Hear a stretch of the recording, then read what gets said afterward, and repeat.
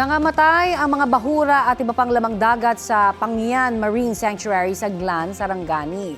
Ayon sa DENR, resulta po yan ng tinatawag na coastal uplift na epekto ng magnitude 7.8 na lindol noong nakaraang Lunes. Sa pagsisiyasat ng PHIVOLCS, umangat ng hanggang 2 metro ang seabed sa ilang lugar doon. Dahil po dyan, umatras ang tubig sa baybayin ng hanggang 200 metro. Kaya ang mga bahura at mga lamang dagat na dating lubog sa tubig, tumambad at nangamatay. May na-monitor din na coastal uplift sa Davao Occidental. Pinag-aaralan ang mga yan ng mga otoridad.